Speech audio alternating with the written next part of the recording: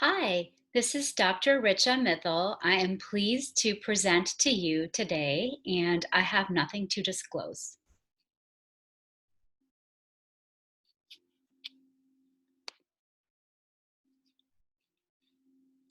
So, today I'm going to be presenting to you on the topic of mono versus layering therapy for obesity. I'm Dr. Richa Mittal. I'm an internal medicine physician and also board certified in obesity medicine. I have my own medical weight management practice in the Dallas Fort Worth area where I practice. So today I'm going to present to you having a comprehensive approach on the treatment of obesity. And we will review a spectrum of the FDA approved medications, which you've learned about already in the other talks today. We're going to look at points to consider when choosing therapy, as well as comparing monotherapy versus combination therapy, and the use of anti-obesity medications after bariatric surgery. So, when we're deciding what medication or treatment plan to use in our patient, there's a few things that we need to be considering. We need to be looking at comorbidities that might help to guide therapy, whether the patient is of childbearing age, as some of the medications have effects on a woman's fertility and risk for fetal malformations, looking at the side effect profile and contraindications, as well as drug interactions with current medications, looking at monotherapy versus combination therapy, and whether referral to a bariatric surgeon would be appropriate. So let's start with looking at this study, just taking a look at how the medications compare with each other. This is a study that was a meta-analysis in the Journal of American Medical Association. It was a systematic review and meta-analysis that came out a few years ago. And they took all the different randomized control trials and pared it down to 28 of them. As you can see here over on the right, several were compared to placebo, and a few of them were compared to each other. They looked at the FDA-approved medications, which are orlistat, lorcaserin, which is off the market now due to concerns for increased risk of cancer, naltrexone bupropion, used in combination called Contrave, phentermine and topiramate, which are used in combination under the brand name Qsymia, and liraglutide. In their study, they incorporated 29,000 patients. Median age was 46, and it was predominantly women. And the baseline BMI median was 36. They found that 23% of patients who were on placebo lost at least 5% of their body weight, which was the primary endpoint. As you can see, compared to orlistat, and then progressively going up to the combination of phentermine and topiramate, those patients achieved up to 75% of the patients achieved a 5% weight loss. All active agents had excess weight loss compared to placebo at 1 year, with phentermine and topiramate having the most. And when we look at how many patients actually achieved 10% of weight loss, which we know can result in more improvement in pre-existing medical issues that are weight related, phentermine and topiramate had 54% of participants that achieved a 10% weight loss. And you can see here that progressively the number goes down, with the least amount seen with orlistat. So the most weight loss occurred with phentermine and topiramate, which was at the dose of 15 milligrams by 92 milligrams once a day. And they had more weight loss in comparison to all these medications, and the amounts are listed for you. The adverse events that were reported with the combination of phentermine and topiramate were not significantly different compared to liraglutide or naltrexone and bupropion. However, there are limitations in this study. As many weight management trials, there was a high rate of attrition, about 30 to 45%. Also, in comparing different studies, there was variability in the adherence to the diet and exercise recommendations. So, looking at the coexisting medical conditions might help to guide the choice. What about combination therapy? So, as we just mentioned, phentermine and topiramate are one of the combinations that we look at.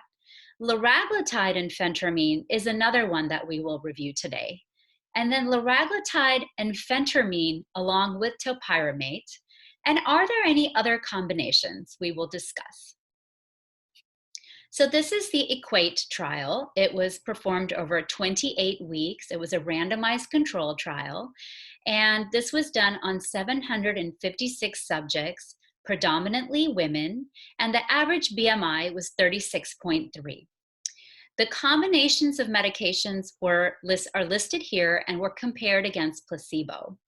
The phentermine and topiramate combinations had negative 8.5 and negative 9.2% of weight loss compared to placebo alone, which only had a weight loss of 1.7%. I thought it was interesting that in this study, they actually compared to monotherapy using phentermine, which is an approved FDA indication, and topiramate monotherapy, which is used off label, but it is not approved for monotherapy per se. So this graph here shows you the comparison of the weight loss using the different medication combinations. And starting at the bottom, we can see that the highest dose of phentermine and topiramate was resulting in the most weight loss, 11.63%. And then the lower dose of phentermine and topiramate. And interestingly, the monotherapy of just extended release topiramate of 92 milligrams was the next one with the most weight loss at 8.82%. And then we see the next one was phentermine at 15 milligrams, and then phentermine at 7.5 milligrams, and then topiramate by itself at 46 milligrams. And we also see here placebo. So what about liraglutide and phentermine? There are no large randomized control trials on this, although in clinical practice, many of us are utilizing these medications in combination. This is a randomized placebo control trial from the University of Pennsylvania that came out last year. And this was actually a 12-week extension of another trial that was done over a 52-week period. The initial trial was a 52-week trial that was comparing liraglutide use with an intensive behavioral therapy program. After the 52 weeks were completed, the patients who were eligible to receive phentermine were randomized to two groups, either phentermine 15 milligrams or placebo. And the objective of the trial was to compare additional weight loss using phentermine versus placebo. All the patients were put on a similar diet, physical activity, and had behavioral therapy. It was a small trial. There were, out of 91, only 45 adults who were randomized into the 12-week extension. It was again predominantly female, and the BMI on average was 34. The primary endpoint was looking at the additional weight loss starting at week 53, which was the beginning of the 12-week extension. And the secondary outcome was looking at what proportion of participants overall would lose more than 5% or 10% of their body weight at the 52-week mark. And they also looked at the percentage of participants who maintained their weight loss. So this graph basically shows you that there was no difference seen between the liraglutide and placebo group and the liraglutide and phentermine group.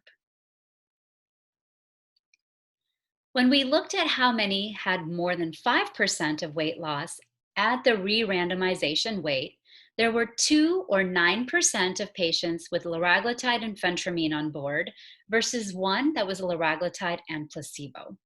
When they looked at how many patients maintained their full weight loss at the 1-year mark, there were 86% versus 69% when comparing the phentermine to the placebo group. They also did hunger scales, And liraglutide and phentermine participants were found to have greater reductions in hunger and food preoccupation. So, what can we take away from this trial? First of all, the combination of liraglutide and phentermine was well tolerated. So, we want to know about safety as well as efficacy. Patients were most likely to show improvements in appetite during the first 1 to 2 months of the combined therapy. With ongoing treatment, it did help maintain additional weight loss. And from a clinical perspective, this may be relevant in our patient population who may be struggling more seasonally with things like holiday weight gain. We need larger trials with longer duration of treatment to really better understand whether there is additional benefit to adding phentermine to liraglutide. So, what are some other special considerations that we need to take into account when instituting combination therapy? We might be having a patient who's been successful and then reaching a weight loss plateau, and now we're faced with the decision on how to help this patient. We also may be considering treatment of comorbidities like type 2 diabetes, in which case it may be appropriate to use an anti-obesity medication and then adding a GLP-1 or an SGLT2 inhibitor or metformin for management of their diabetes. We're going to also look at pre and post bariatric surgery, as well as taking into account the safety and efficacy of these agents when we're using them in combination. So let's talk about liraglutide and phentermine topiramate extended release. This combination has not been studied in any large randomized control trials. I'm going to go over with you a case study that came out in 2018. I have the reference listed here for you below. In the American Association of Clinical Endocrinologists Journal. This was a case study where 3 patients who had obesity and type 2 diabetes were presented. They had multiple comorbidities. All of them had a BMI greater than 40, and they were using combinations of anti-obesity medications along with diabetes medications, in addition to the liraglutide. So let's go through these patients. We had patient A who had a BMI of 47. He was on multiple medications for diabetes. They were using metformin, they were using canagliflozin, which is an SGLT2 inhibitor, and liraglutide, which was increased to a dose of 3 milligrams, and then the additional dose of phentermine and topiramate, which is the lower dose of phentermine and topiramate that we have available for our use. This patient had a net weight loss of 25.6% over a 30-month period and had significant improvements in A1C, triglycerides, and HDL. Patient B had a BMI of 42.8 and weighed 331 pounds. He was on pioglitazone and was actually weaned off of that, started on liraglutide 3 milligrams in addition to the phentermine topiramate extended release, and was continued on the metformin and the SGLT2 inhibitor. This patient had an 11% weight loss over 24 months, was actually able to come off of glargine insulin, and had improvement in his A1C from 15.1% down to 6.2%. His HDL was noted to worsen, as well as triglycerides. They do state that the patient had self-discontinued a statin medication during this treatment period. Patient C had 344 pounds and a BMI of 54. This patient was on multiple oral medications, including glipizide, which we know, and insulin, which are both linked to increase in weight gain and worsening of insulin resistance. This patient was placed on an SGLT2 inhibitor, and his GLP-1 was switched over to liraglutide. He was taken off of glipizide, insulin was slowly titrated down, and the patient was placed on phentermine topiramate. He had, over an 18-month period, a 93 pound weight loss with 27% weight loss and improvement in all parameters, including triglycerides, HDL. He was taken off of insulin and had improvement in his hemoglobin A1C. So let's talk about bariatric surgery. And the clinical question that we face is there utility to using weight loss pharmacotherapy as an adjunct to bariatric surgery when there is either inadequate weight loss or weight regain? So how do we define these? So the definition of inadequate weight loss is an initial weight loss that's less than 50% of the excess weight loss in bariatric surgery. A significant weight regain is gaining more than 15% of the initial weight that was lost post bariatric surgery. This unfortunately occurs in 25 to 35% of people who undergo bariatric surgery within the 2 to 5 years after their surgical date. So this is a retrospective study, and I have the reference for you right here. This was a multi-center study. And they compared patients who had undergone Roux-en-Y gastric bypass or a sleeve gastrectomy over a 4-year period and looked at the data. There were 319 patients in this collection of data, out of which the majority had undergone Roux-en-Y gastric bypass. The results showed that 54% of all study patients lost at least 5% of their total body weight when using medications after surgery. 30% of patients lost more than 10%, and 15% lost more than 15% of their total weight. This was a case that they presented, an example of how these medications were used. And as you can see here, the patient started at a BMI of 44, had a 26% total body weight loss, and reached a BMI of 33. This patient then started to regain weight, and at a BMI of 36, topiramate monotherapy was added.